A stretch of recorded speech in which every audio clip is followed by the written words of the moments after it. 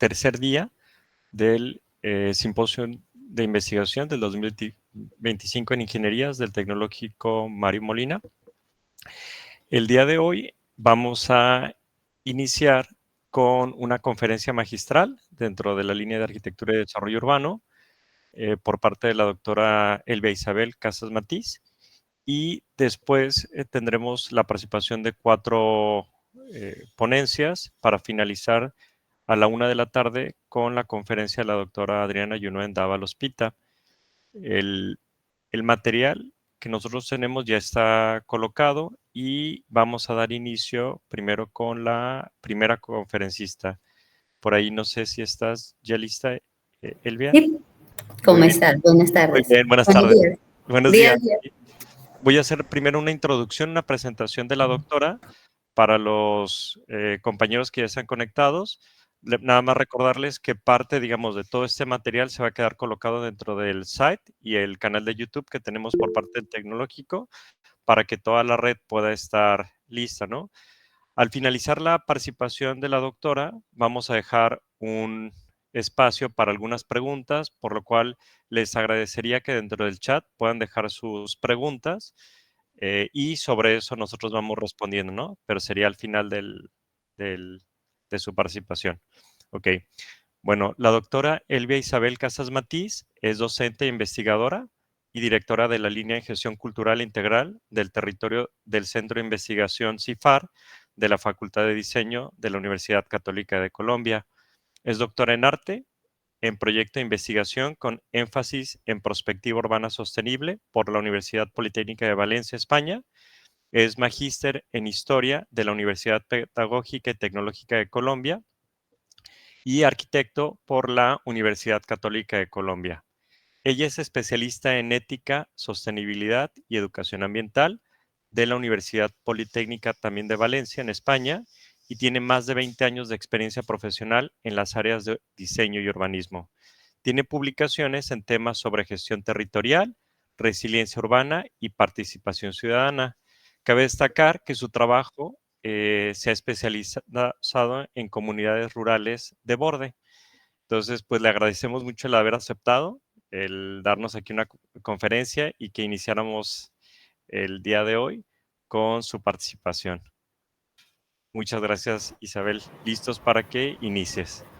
Gracias, Alberto. Muchas gracias por la invitación y por la presentación. Voy a compartir mi pantalla y por favor me confirman si ustedes ven la pantalla, se ven la presentación.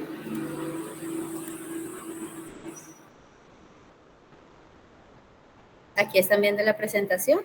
Listo, ya se ve. Y me escuchan perfecto.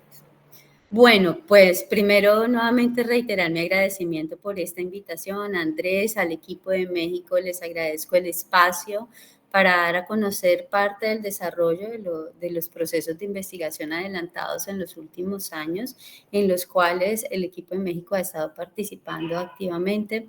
Y vamos a mirar parte de ese desarrollo y esa trayectoria que hemos planteado, que hemos gestionado y cómo esa trayectoria ha impactado nuestro trabajo actual en comunidades particularmente educativas. La conferencia de hoy busca comprender los procesos de interacción que las distintas comunidades objeto de estudio plantean con sus procesos de territorialización y cómo esa interacción genera unas dinámicas de territorialidades particulares. Algunas veces estas dinámicas pues van a favor o en contra de los territorios mismos, atendiendo ¿no? esas particularidades propias de los territorios. El objetivo de este trabajo siempre ha buscado o se ha enfocado en fortalecer la comprensión y la actuación sociocultural de las comunidades en torno o en frente a los territorios y cómo comprende y cómo desarrollan esa interacción con el ambiente que les es cercano, que les es propio a cada lugar de estudio. Buscamos así procesos de investigación que sean aplicados y que busquen fortalecer desde la gestión social nuevos métodos de interacción, ojalá innovadores, sostenibles y en lo posible resilientes. Eso enmarcado pues dentro de los Objetivos de Desarrollo Sostenible y los DESCA nos han generado un derrotero de trabajo pues bastante importante en entender los conceptos, los temas ambientales como elementos o actores principales dentro de estos procesos de interacción. ¿Qué buscamos como objetivos estratégicos? Consolidar redes académicas y comunitarias y generar una red de diseño social latinoamericano. Para ello, pues tenemos y trabajamos desde la línea de gestión varios países y siempre tratamos de hacer estudios de investigación comparado, mirando las dinámicas que nos son comunes y también observando las particularidades de cada uno de estos lugares, intercambiando información, actualizando información y consolidando información que podamos llevar a nuestros territorios en pro de favorecer las estrategias comunitarias que actualmente se están planteando y de consolidar estas redes académicas también para fortalecer la investigación y fortalecer el intercambio de la investigación y de los resultados de investigación que se nos da. Buscamos también generar programas de apoyo académicos tanto en pregrado como posgrado y utilizar las estrategias que nos dan nuestros diferentes ambientes como los COI, las clases espejo, bueno, y las misiones académicas para formar en estos procesos de intercambio a los estudiantes que hacen parte de nuestros semilleros o a las comunidades o a los investigadores que están haciendo parte como de nuestro trabajo de investigación. Todo el objeto de nuestra investigación busca fortalecer también los ecosistemas, el ecosistema de actores y siempre tener en cuenta que en ese ecosistema necesitamos la gestión comunitaria, la participación comunitaria, pero también la participación de las entidades gubernamentales y de las instituciones para dar vía libre, digamos, a lo que tengamos como resultado en nuestras propuestas, poderlo llevar realmente al territorio. Así que la alianza estratégica siempre ha sido la academia, las entidades gubernamentales y los líderes sociales, los líderes comunitarios. ¿Por qué tenemos un enfoque territorial y por qué a veces dejamos de hablar de ciudad o de interfaz o de áreas urbanas? Es porque en últimas el territorio pues nos cobija todas estas niveles distintos de densidad con culturas y particularidades sociales, económicas, culturales, pero siempre estamos hablando de territorios, de un territorio natural que soporta los procesos de interacción humano y también de un territorio humano que empieza a desarrollar estrategias particulares de apego, de participación, de afianzar, por ejemplo, sus procesos de reconocimiento y unión con el territorio que los hace a ellos pues individuales, distintos, diversos dentro del territorio. En este sentido, pues hemos trabajado tanto con comunidades rurales, con comunidades urbanas y de interfaz, entendiendo que tanto los procesos de densidad como las formas de producción, como las formas de interacción, indudablemente son variables, son distintas, mucho más densas y complejas en las zonas urbanas, menos densas en las zonas rurales y en las zonas de interfaz hemos encontrado que la combinación de algunas de los mecanismos en que la gente actúa y se apropia del territorio en lo rural y en lo urbano empieza a compaginarse, a mezclarse en esas áreas de interfaz.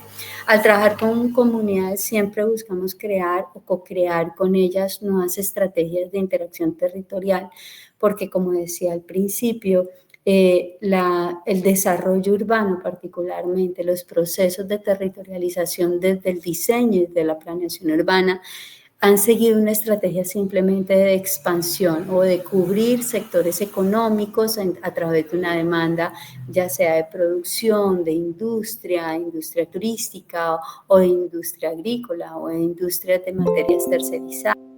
Y en ese sentido, pues se desconoce muchas veces las interacciones que las comunidades propias en el territorio han tejido, pero también las formas de producción cultural y mucho más los elementos ambientales allí presentes. Así que en este enfoque territorial también, a través de los procesos de relacionamiento, no solamente ha tratado de reconocer el diálogo y la importancia que tienen las comunidades, su discurso, su nivel de desarrollo, su capacidad de gestión para poder empoderarlas a partir de sus propios niveles y lograr que ellas se conviertan en partícipes creadoras del territorio de una manera más consciente, con unos discursos y unas narrativas globales que van hacia las comunidades sin perder a las comunidades desde su enfoque cultural. Indudablemente buscamos a su vez visibilizar los servicios ecosistémicos y construir, darle voz y voto a los servicios ecosistémicos, a los actores ambientales y construir, como decía inicialmente, un enfoque territorial un poco más complejo. ¿Qué hemos desarrollado en estos años desde el 2018 que tuve la posibilidad de trabajar con el Instituto Tecnológico Mario Molina en Puerto Vallarta, México? Nos encontramos en un selfie sobre ciudades sostenibles y resilientes y a partir de ahí empezamos a maquinar o a desarrollar procesos de trabajo cooperativo, de encuentros cooperativos. Y así han surgido varios momentos en los cuales nos activamos con trabajos distintos. Hemos construido a partir de esos trabajos un primer modelo. Este modelo nace de una investigación de doctorado que realicé que se llama Beneficio Ambiental Integral y desarrollaba una unidad de trabajo, de actuación territorial, la UCAT. Entonces, una unidad compleja de análisis territorial que recogía parte de lo que ya les he comentado e incluía a su vez lo que en muchos de nuestros países ya se ha venido desarrollando, que es esta estrategia de gobierno abierto, un gobierno más horizontal, un gobierno que cobije y que permita la participación ciudadana, no tanto desde la estadística como si desde una participación mucho más activa. Entonces han surgido pues distintos discursos como la escalera de Harry, los niveles de participación, cómo reconocer hasta dónde y cómo participan las comunidades, cómo mirar desde esos procesos de participación qué impacto realmente tienen, cómo mirar hasta dónde llegan los investigadores y cómo se requiere que las comunidades se empoderen posterior a los procesos de investigación aplicada, se empoderen del territorio para mantener pues, los logros y especialmente poder sostener en el tiempo los logros o las estrategias de desarrollo que son mucho más integrales, mucho más resilientes, muchísimo más sostenibles.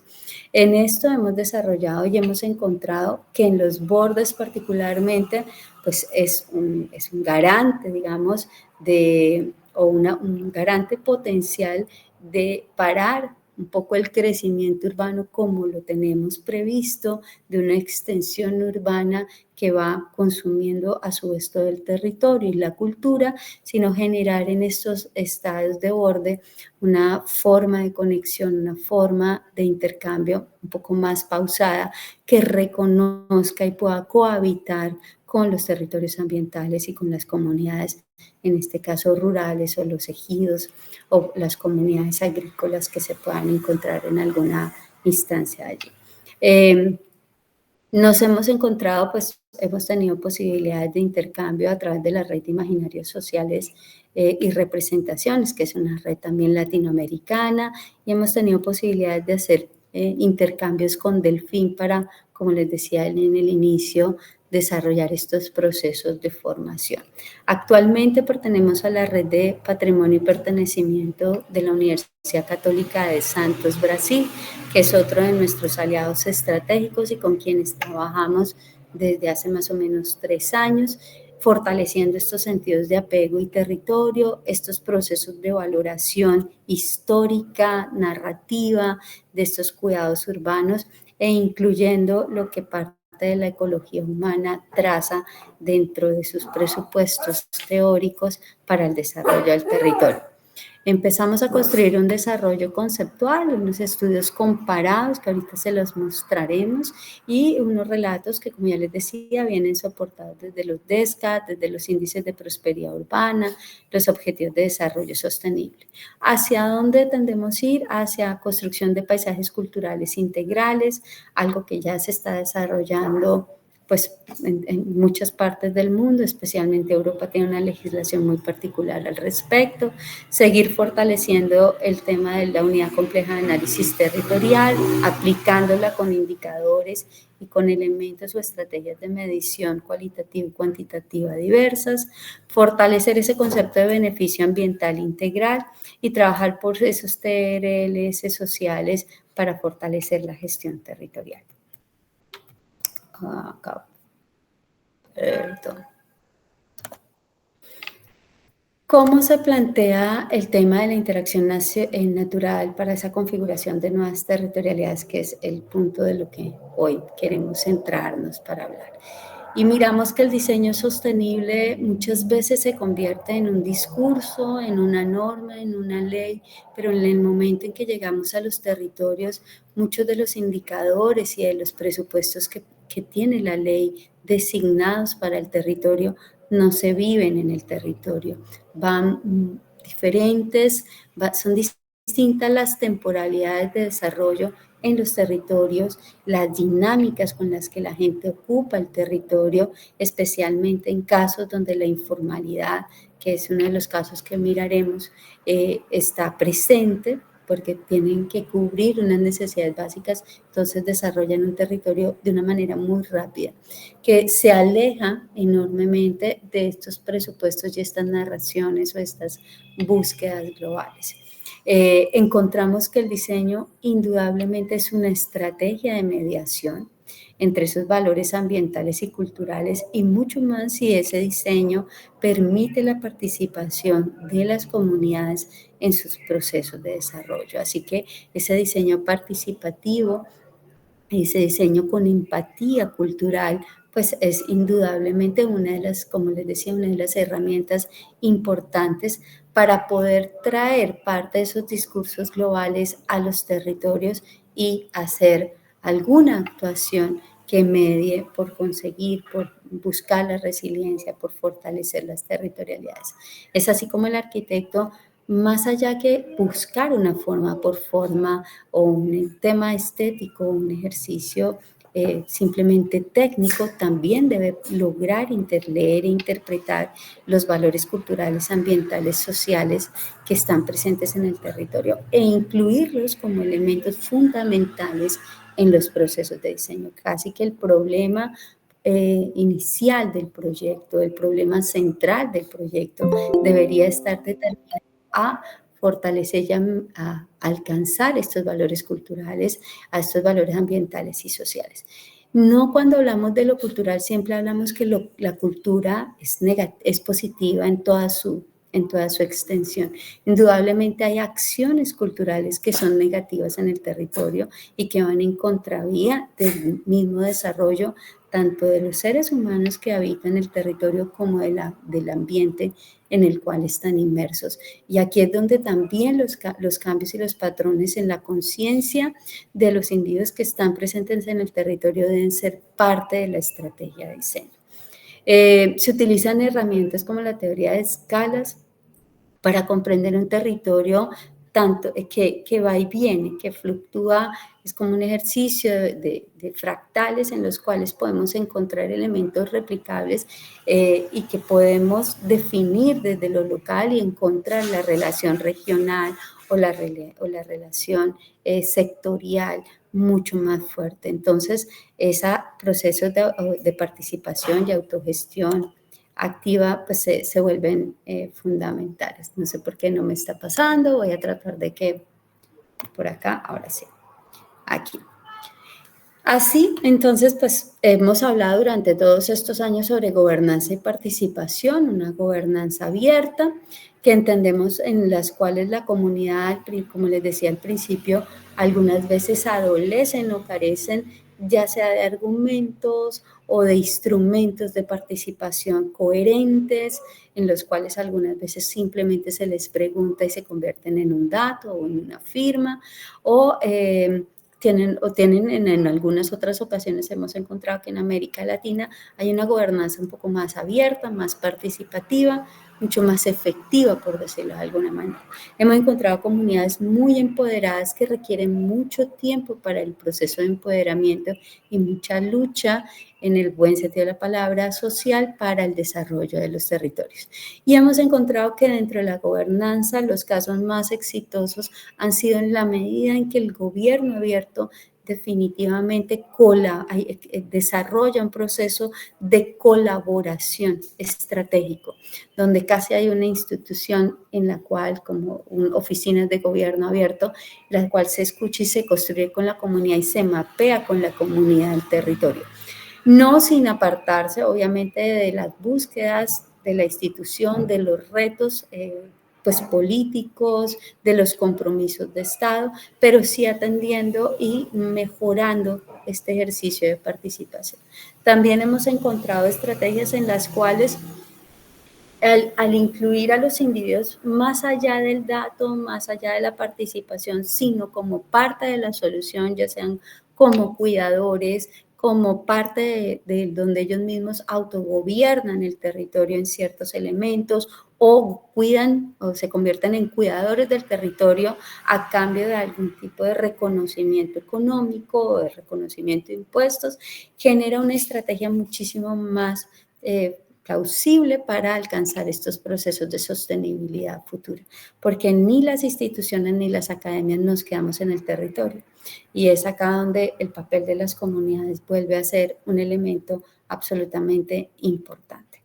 En el análisis del territorio hemos encontrado también que tenemos que encontrar muchas variables, definir muchas variables, categorizar esas variables, darles un peso particular a esas variables para desde ellas desarrollar los proyectos de investigación y los desarrollos aplicados de estos proyectos de investigación, tanto teórico como práctico, especialmente en el tema del diseño, con limitaciones pues que van muy de la mano, no solamente con los aspectos culturales, sino los aspectos institucionales, los niveles de avance y obviamente la capacidad de gestión y económica que tengan las comunidades.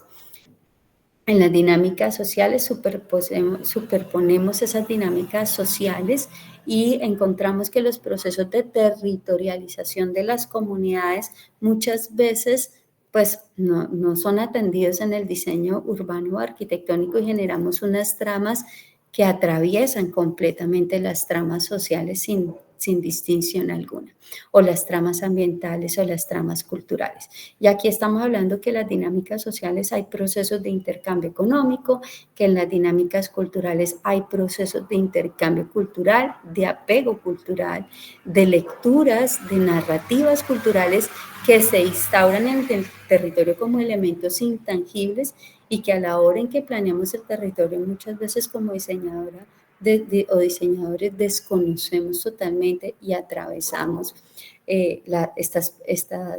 estos elementos ya presentes. Y aquí es un llamado a encontrar que en las dinámicas sociales son parte de los insumos que hay que reconocer, que hay que estudiar, que hay que evaluar, que hay que mirar cuál es su valor real y su valor potencial, que hay que incluir en la planeación urbana.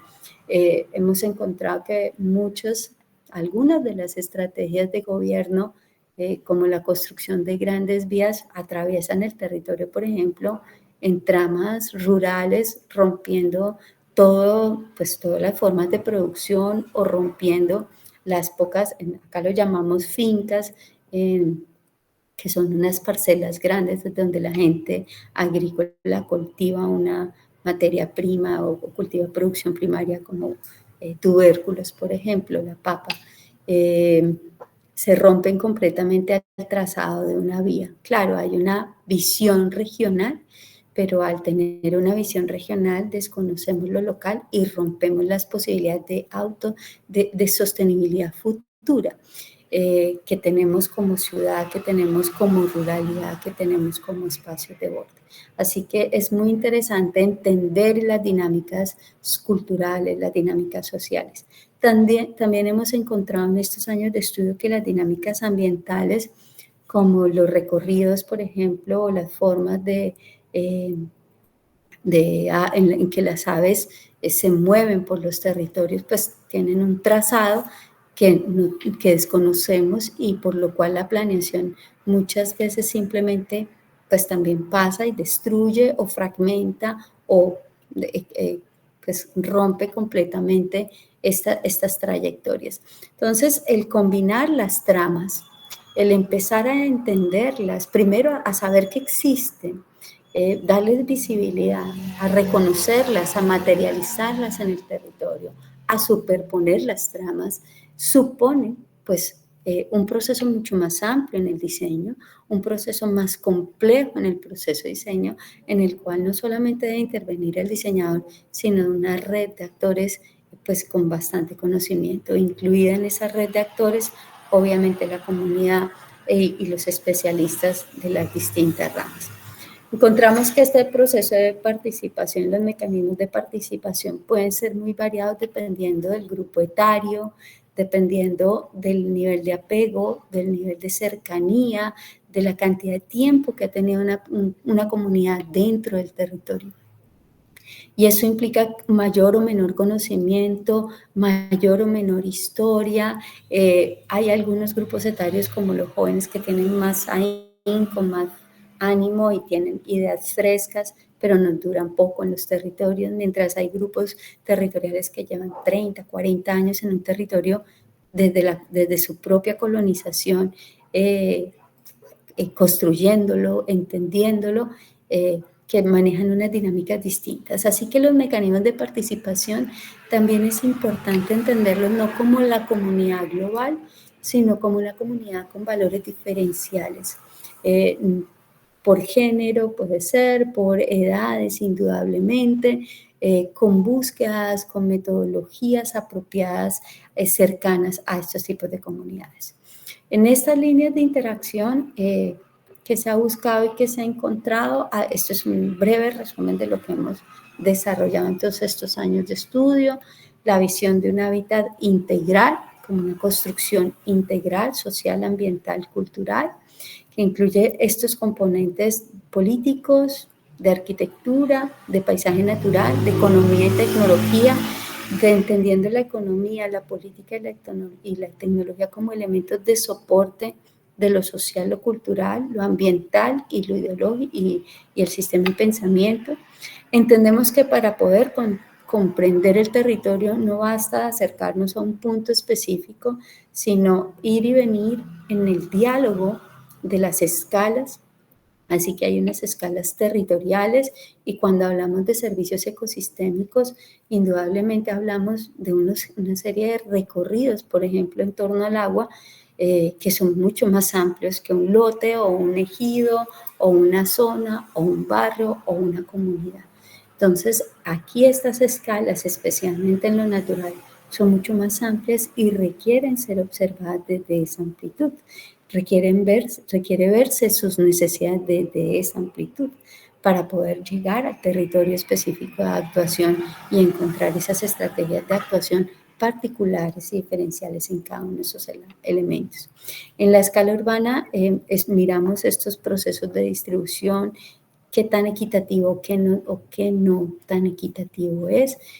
Miramos que indudablemente las ciudades han sido centros y polos de desarrollo, pero particularmente en los casos de Colombia y en los casos que vamos a ver, en la mayoría de los casos que vamos a encontrar, son elementos que se vuelven inequitativos frente a zonas o porciones de la misma ciudad o a zonas de borde de la ciudad o a zonas alejadas de la ciudad, donde la distribución de servicios es absolutamente inequitativa y genera un desbalance poblacional, donde la corresponsabilidad, a pesar de que existe una necesaria cooperación y que tenemos que crear lazos de interacción, la corresponsabilidad está rota, está dañada.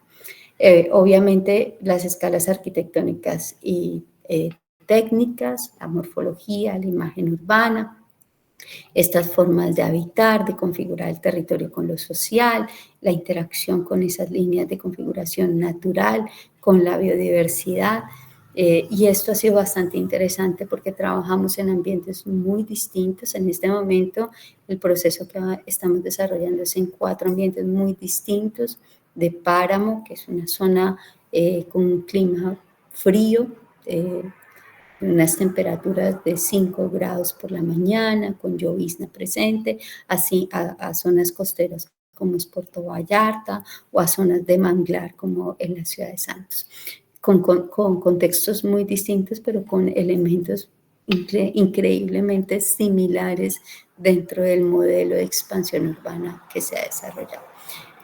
Así, también hemos definido procesos de apropiación, resistencia y resignificación territorial con casos exitosos en los cuales la comunidad bastante empoderada ha logrado, por ejemplo, generar temas de autogobierno del agua o de sus acueductos de una vereda, en una zona más amplia, en los cuales definen hasta dónde tienen la capacidad de carga pues para suministrar el servicio sin afectación tanto a los pobladores como al ambiente. Y esto ya es un elemento absolutamente importante. Esto que decía Eleanor Osborne, Premio Nobel de Economía, sobre los bienes comunes, sobre el agua, sobre esas capacidades de gobernanza, son absolutamente interesantes cuando las comunidades de la mano con las instituciones pueden definir unos topes máximos, hasta dónde crezco como territorio y hasta dónde otro territorio puede empezar a definirse de una manera distinta para dialogar y generar estos temas de corresponsabilidad y de trabajo. Bueno, encontramos algunos elementos de instrumentos de planeación sostenible.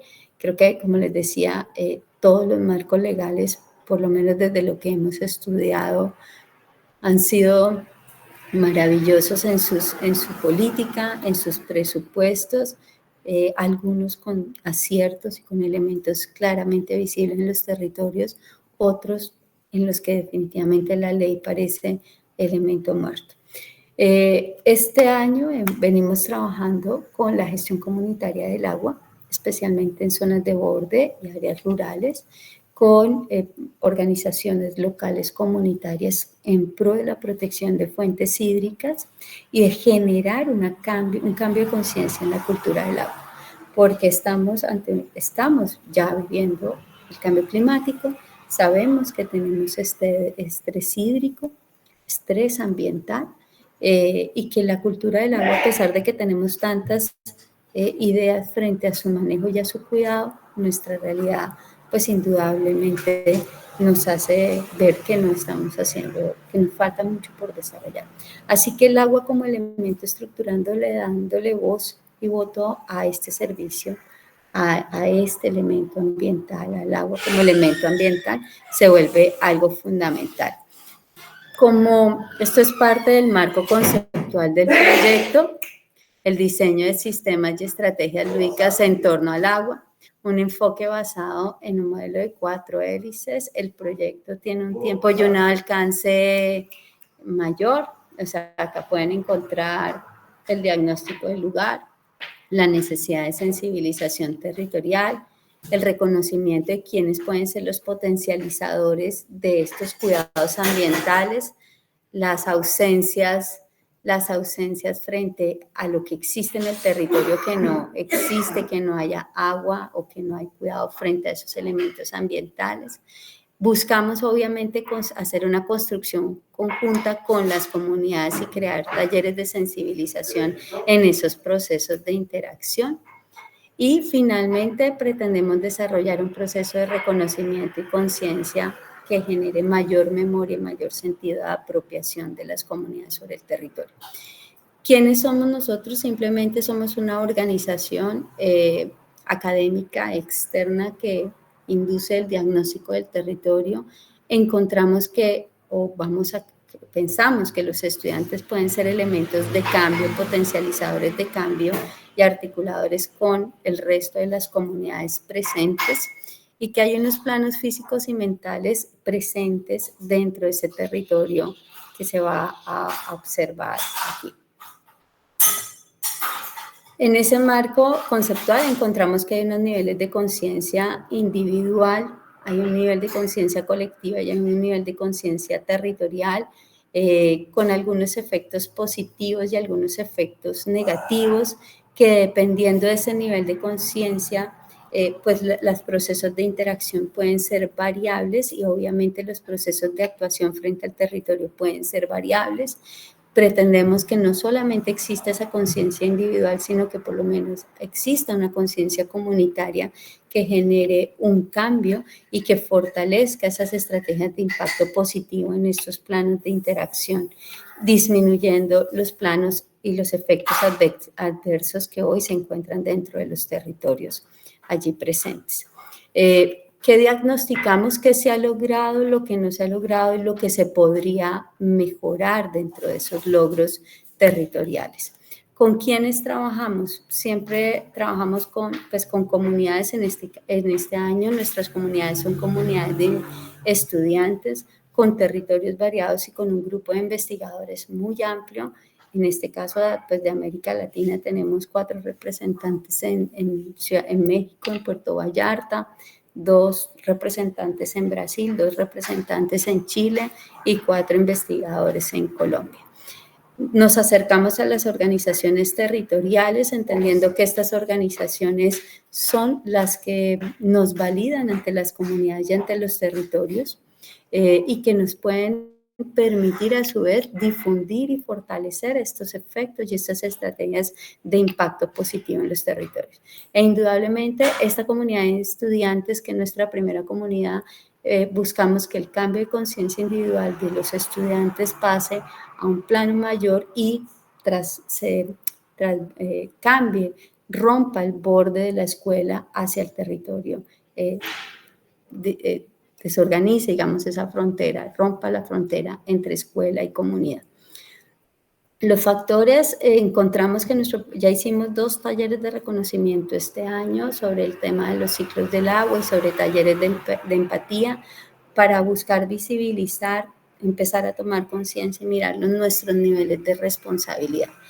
Hemos encontrado que las estrategias de educación a partir de la lúdica, pues pueden generar un proceso de acercamiento mucho más consciente, porque muchas veces, y como nos pasa en este momento, hablamos, pero los niveles de aprendizaje, de apropiación de los discursos hacia la práctica, pues se pierden muchas cosas. Así que buscamos crear dispositivos que desde la lúdica, especialmente porque es una comunidad de estudiantes, fortalezca ese proceso de aprendizaje a partir de la repetición, de la práctica, de la visibilización de estos elementos de agua, para pues fortalecer estos temas de apropiación y responsabilidad.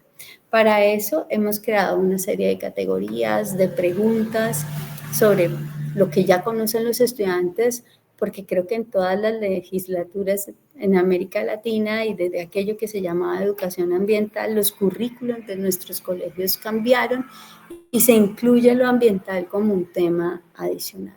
Algunas de estas escuelas hacen prácticas ambientales, pero nuestras prácticas se están convirtiendo simplemente en labores al interior del aula. Así que esa ruptura hacia afuera del aula es lo que nos interesa. Estos son nuestros grupos de estudiantes en todos los países, con estrategias adaptadas a las condiciones de cada una de las comunidades. Entonces, en algunas teníamos videobeam, en otras no tenemos videobeam, en otras podemos proyectar. Así que los elementos cualitativos pues tienen un marco que tiene que estar flexible frente a las situaciones comunitarias. Trabajan con respecto a esas mismas preguntas y desarrollan un imaginario respondiendo a las preguntas, desarrollan un imaginario de cómo es su territorio también, cómo les gustaría que fuese su territorio o qué acciones particulares ellos podrían tomar a la luz del territorio.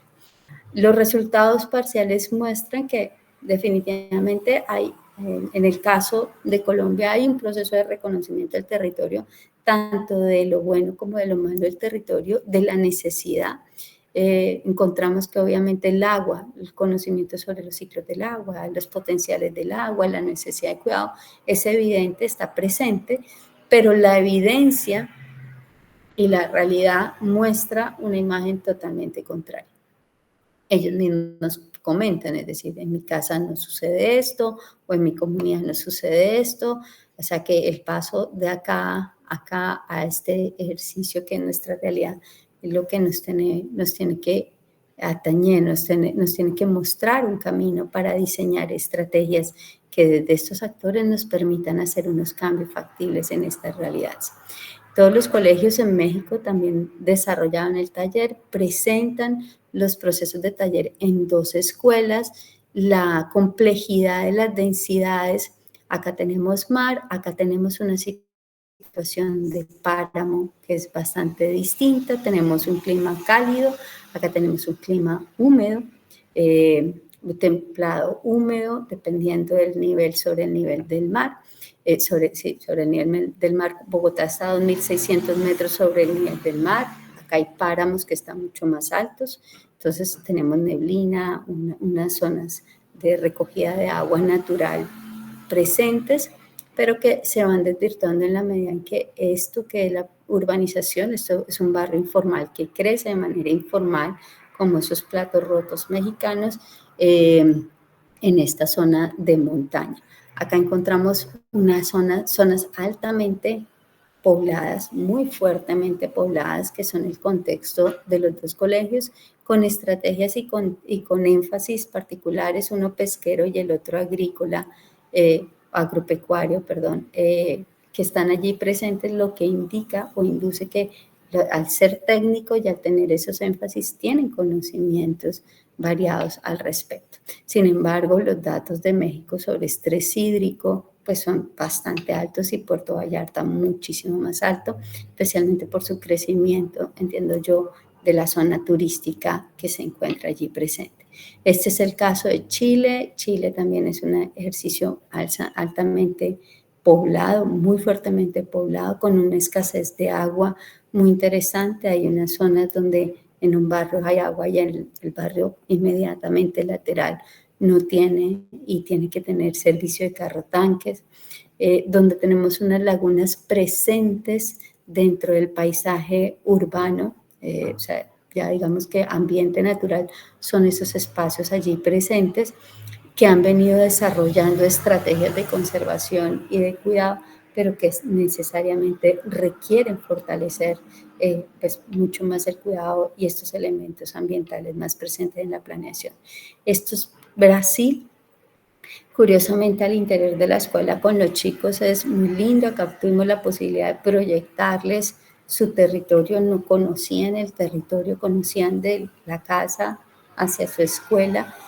Esto es, o sea, tienen un manglar al lado, pero particularmente todo el manglar está sellado, está cerrada la relación con el manglar a través de estos muros, así que lo único ambiental que podemos encontrar al interior es el discurso, la enseñanza, que no está mal, que genere esos niveles de conciencia, pero que sería mucho más interesante en la medida en que se vuelva muchísimo más visible, muchísimo más práctica, y especialmente desde la planeación, el diseño, el manejo, la sensibilidad frente a los componentes ambientales, no solamente en el ecosistema de manglar, sino todo lo que es el ecosistema, la visibilidad de todos esos actores allí, de vida que están allí presentes, pues lo puedan tener clarísimo. En este mapa imaginario hemos logrado encontrar pues que hay, por ejemplo, grupos de estudiantes que se dedican a cuidar la montaña. Este es el caso de Colombia, que hay vigías ambientales, no sé si también allí existen estos elementos de vigías en México, que hay una conciencia del páramo, que hacen recorridos sobre el territorio y demás, pero pasamos de una conexión de un crecimiento de 400.000 familias a 25.000 familias en menos de 5 años. Entonces, el estrés sobre el territorio, el estrés sobre los servicios ecosistémicos, pues obviamente se ha incrementado en el tiempo de una manera en que no existe posibilidad alguna si no se consideran estrategias alternas. Encontramos ideas como cómo garantizamos el suministro, o el agua solamente está en la llave y no pasa nada, y no pasa nada con la basura, ni pasa nada con los otros elementos que se encuentran allí presentes. Así que estos elementos de rupturas con el territorio, el manejo negativo de residuos, de basura, la falta de conciencia sobre el agua y las pocas fundaciones, porque acá ya existen fundaciones que autogobiernan el recurso hídrico desde la misma comunidad, tienen que fortalecerse para generar mayor cambio y mayor conciencia, así como encontrar mecanismos paralelos. Venimos trabajando en procesos de filtración de agua lluvia, de potabilización de agua lluvia en cada una de esas viviendas que ustedes vieron allí, que son viviendas informales, para disminuir el estrés y la carga hídrica a estas fundaciones o a estas comunidades que dan el agua a la comunidad. Estos son nuestros sitios de estudio, un poco el panorama. Hacia allá abajo se ve, pues Bogotá es una sabana, se encuentra San Isidro, esto es un páramo, hay una serie de plantas particulares, se llaman frailejones, por acá. Esto es Puerto Vallarta, esta es la ciudad de Santos, Brasil. Si se dan cuenta, es muy interesante el crecimiento sobre la costa en los dos casos, esa extensión costera. Hay un estudio muy interesante sobre el crecimiento del oleaje en ciertas áreas y muchas de estas áreas tendrían a inundarse con el tema del cambio climático. Esto es Chile, con unos temas de conciencia ambiental que están presentes, que se hacen evidentes, con un crecimiento urbano también altísimo y con un mecanismo de commodities muy particulares que hacen que ciertas zonas tengan y no tengan pues el agua. Finalmente, pues el tema de ecología humana con este enfoque de análisis complejo, buscando comprender y construir estos paisajes culturales sostenibles desde la idea de una otredad ambiental, desde una otredad cultural y social, buscando que las prácticas culturales, económicas y sociales disminuyan sus cargas de afectación sobre los entornos naturales, respondan y sean corresponsables con el cuidado, la conservación, protección o potencialización de los servicios ecosistémicos, con el cuidado, conservación y consolidación y el fortalecimiento de la gestión social argumentada, corresponsable. Promueve obviamente unos procesos de relectura territorial que disminuyan indudablemente y construyan un sistema distinto. No es tan utópico, se han desarrollado ejemplos en el mundo. Yo creo que desde que yo empecé a estudiar toda esa serie de cosas, encontré una ley en Francia que hablaba sobre la renovación urbana como estrategia acompañada de las comunidades, y era casi volver a ser ciudad, volver a construir territorios a partir, por ejemplo, del agua. El tema de urbanismo azul, el tema de los SUDs, el tema, es decir, creo que hay muchas estrategias hoy en el mundo que implican un cambio en la mirada de cómo construimos y cómo nos relacionamos con el territorio, de hasta dónde queremos que crezca la ciudad o cómo queremos que siga creciendo la ciudad, cómo posibilitamos en ese crecimiento de la ciudad la presencia de una serie de parches ambientales importantes, de zonas de pausa de crecimiento, las llamo yo, que como una estrategia neuronal genere un vacío dentro del crecimiento de la ciudad y permita la conservación y permita el mantenernos un poco de una mejor manera y mantener otras especies. El cómo construir con los temas ambientales, cómo construir desde el agua, cómo construir para el agua, cómo construir con la gente y para la gente, cómo empezar a entender que la gente es un facilitador, que puede ser un aliado estratégico, pero que nos toca entender que no surte tanto efecto las políticas públicas ni las leyes de educación, si estas leyes de educación y estos procesos de aprendizaje no se vuelven en elementos prácticos, cotidianos de la vida de la comunidad. Así que la educación tiene que ser una réplica, tiene que constituirse un elemento que replique su accionar, que replique sus teorías, sus aprendizajes en la comunidad. No basta con la actuación al interior del aula. Lo veamos en todos los ejemplos. Y mirar esos aliados estratégicos como elementos fundamentales, creo que se constituye como no sé, en una línea de actuación que nos permita realmente en esta utopía de construcción de paisajes culturales alternar estos discursos de sostenibilidad y resiliencia con el ejercicio del diseño, o incluir estos discursos de sostenibilidad y resiliencia mucho más allá de las certificaciones LED, a unos discursos coherentes, integrales y capaces de responder de una manera adecuada a los desafíos reales que tiene la comunidad en el territorio. Hasta acá, pues les agradezco muchísimo el espacio. Me abro al tema de sus preguntas, a cualquier pregunta que ustedes tengan.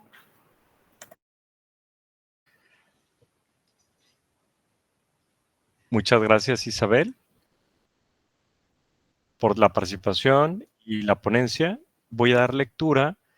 Tenemos todavía 6 minutos antes de concluir a las preguntas que van a aparecer dentro del chat, ¿no? Tenemos aquí una primera pregunta para el ponente que menciona cómo evitar que los enfoques dominantes en la planificación territorial terminen reproduciendo desigualdades socioespaciales, en lugar de generar nuevas territorialidades construidas desde las dinámicas y necesidades de las comunidades locales. Bueno, difícil. ¿Cómo evitar que los enfoques dominantes en la planificación territorial terminen reproduciendo desigualdades socioespaciales? Bueno, es que ahí es una pregunta bastante complicada. Y simplemente es comprender, o sea, es comprender y hacer un llamado de atención a los enfoques dominantes en primer lado. Primero, incluirlos, entender hasta dónde, pero entender que la planeación no es una planeación de elementos de corto plazo. No se puede pensar en territorio a un año o a un ejercicio de gobierno, a la temporalidad de un gobierno. Entender que los potenciales y los elementos de producción, es decir, lo que encontramos como valor agregado, no solamente está en elementos económicos. O sea, el hecho de que no tengamos calidad de aire, el hecho de que no tengamos calidad de agua, y lo podemos constatar, por ejemplo, con elementos de calidad de aire, cómo incrementa los daños en salud pública, en enfermedades y demás, que pueden...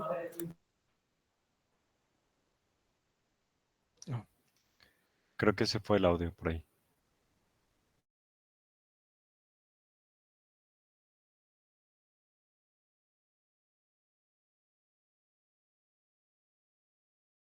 Si alguien más, en lo que recuperamos el audio de nuestra conferencista, si alguien más tiene alguna pregunta, Ya, lo puede. creo que no puedo, Okay. Alberto, estoy con mi internet bajito, entonces voy a eliminar el video y sigo contestando la pregunta. Excelente.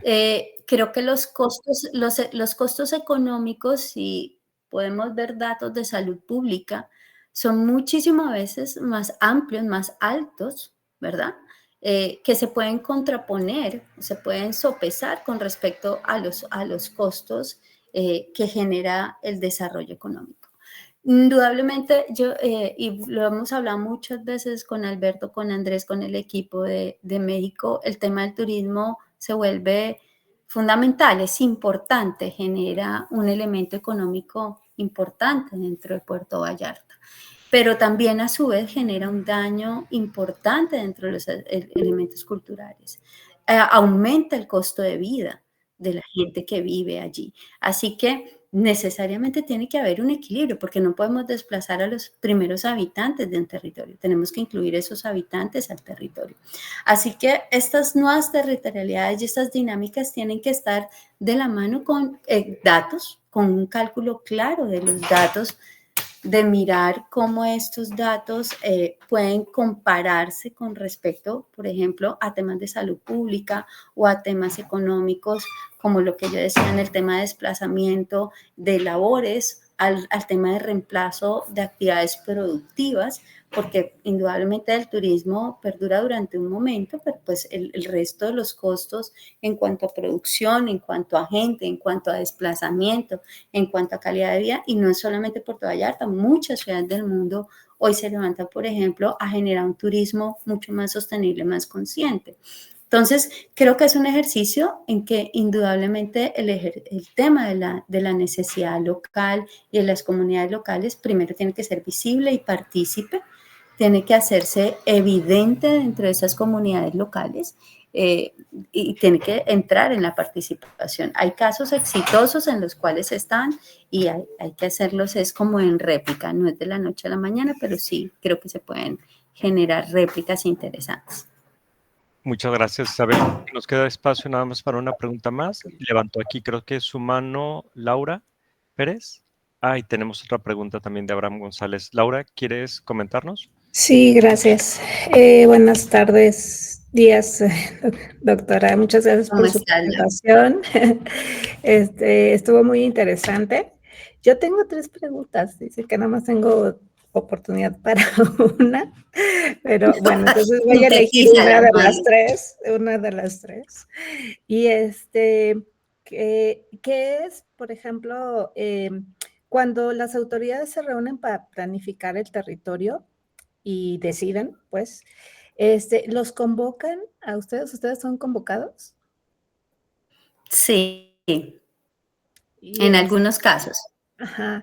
Y entonces ustedes asesoran o les dicen, no, eso no está bien, eso, aquí vas a quitar un bosque y pues eso no es lo más adecuado.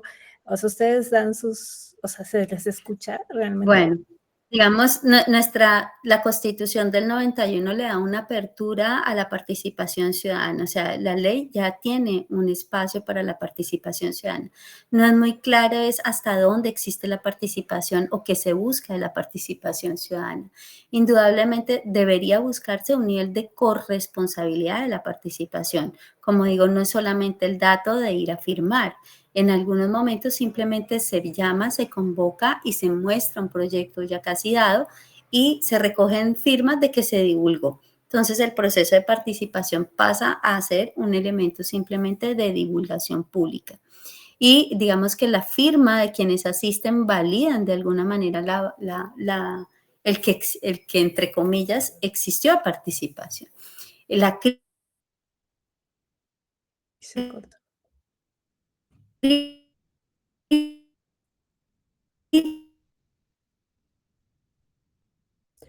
está cortando? No sé si Sí, soy creo yo. que es el video Ajá, lo que hace ajá. que se corte, Sí, porque se corta el audio. sí.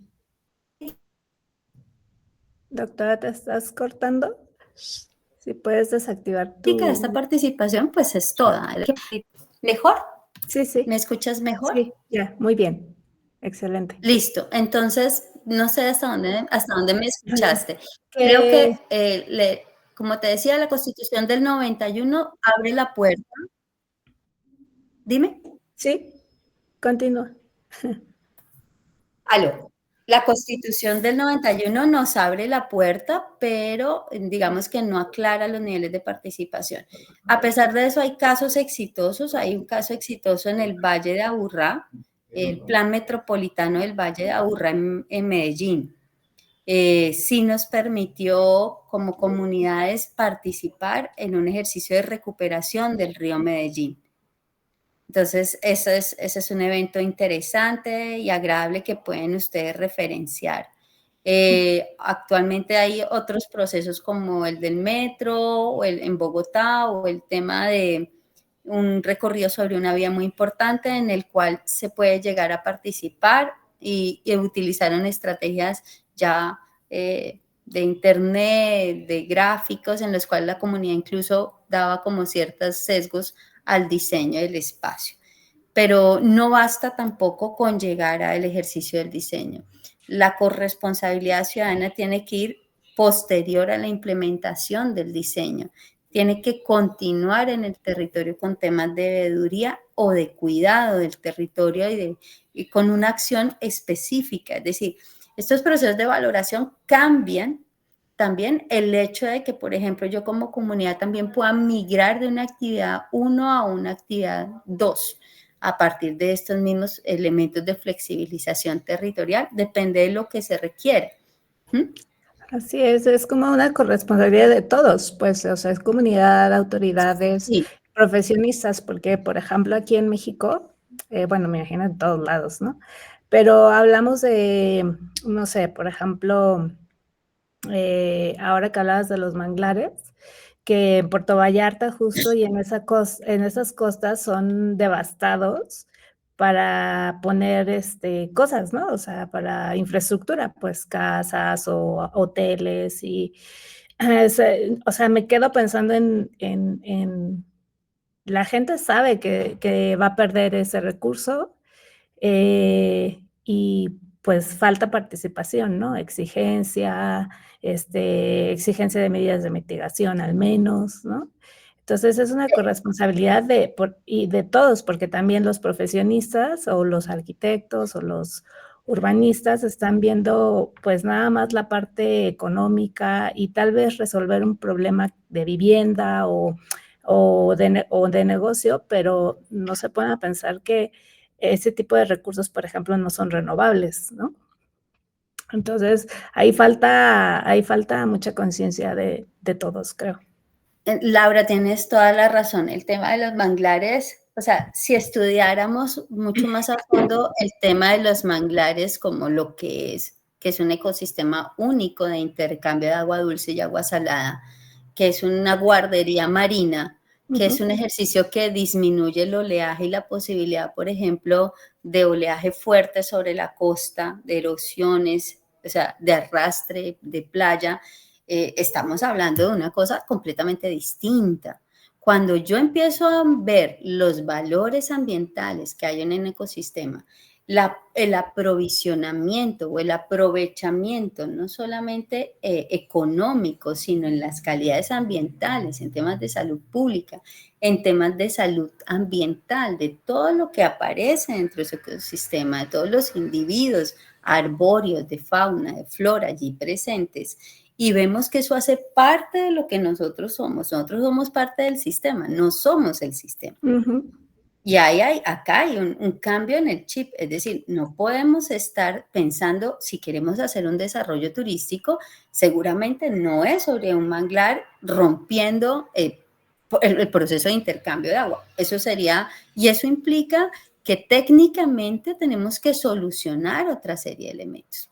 Técnicamente se pueden generar otra serie de estrategias de diseño que permitan la construcción, que permitan el desarrollo, pero un desarrollo adecuado, con materiales adecuados, con formas adecuadas, con densidades adecuadas, o con sitios en los cuales definitivamente no se puede hacer desarrollo y se piensa en que son elementos de conservación que son propios. Es decir, uno ve en el mundo el rescate de ríos, el rescate de lagunas, el rescate de cantidad de afluentes como parte de la propuesta en la planeación y lo que conllevó la propuesta, o sea, el devolvernos y cómo eso conduce a una reactivación de sectores degradados, dañados, sucios, social y económicamente menos fortalecidos, menos competitivos. Y uno dice, hemos venido haciendo las cosas mal y creo que no es solamente hacer techos verdes por hacer techos verdes o